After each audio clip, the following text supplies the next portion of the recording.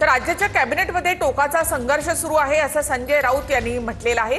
आरक्षणाच्या मुद्द्यावर कॅबिनेटमध्ये गँगवॉर होईल असं राऊत म्हणतायत। मंत्र्यांचे खून पडले तरी मला आश्चर्य वाटणार नाही असंही संजय राऊतांनी म्हटलंय। मंत्र्यांचे खून पडावेत ही राऊतांची सुप्त इच्छा आहे असं नवनाथ बन यांनी म्हटलं।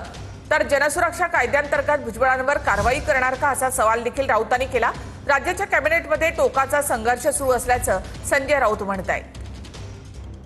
मंत्र्यांचे खून पडले तरी मला आश्चर्य वाटणार नाही। गँगवॉर होईल कॅबिनेटमध्ये एक दिवस या विषयावर मी वारंवार सांगतो आहे आणि मी असं सांगितल्याबद्दल मला माओवादी ठरवत आहेत। मी सत्य सांगतो, ज्या प्रकारचा संघर्ष कॅबिनेटमध्ये चाललेला, मग भुजबळजी असतील, मग इतर समाजाचे लोक असतील, ज्या प्रकारचं सरकारमध्ये जो संघर्ष टोकाचा, स्वतः भुजबळ म्हणतात अराजक होईल, महाराष्ट्रात अराजक निर्माण होईल असं सांगणं हा सुद्धा माओवादच आहे, नाही का?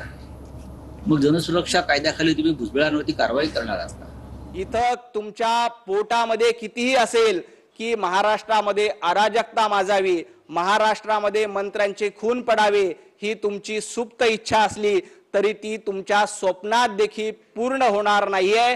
कारण तुमच्या वैचारिक तुमच्या विचारांचा खून झालेला आहे। तुम्ही बाळासाहेब ठाकरे यांच्या हिंदुत्वाचा खून केलेला आहे। त्यामुळे जनतेने तुम्हाला घरी बसवलंय। जनता तुम्हाला अशा पद्धतीची भाषा वापरत असेल तर कधीही माफ करणार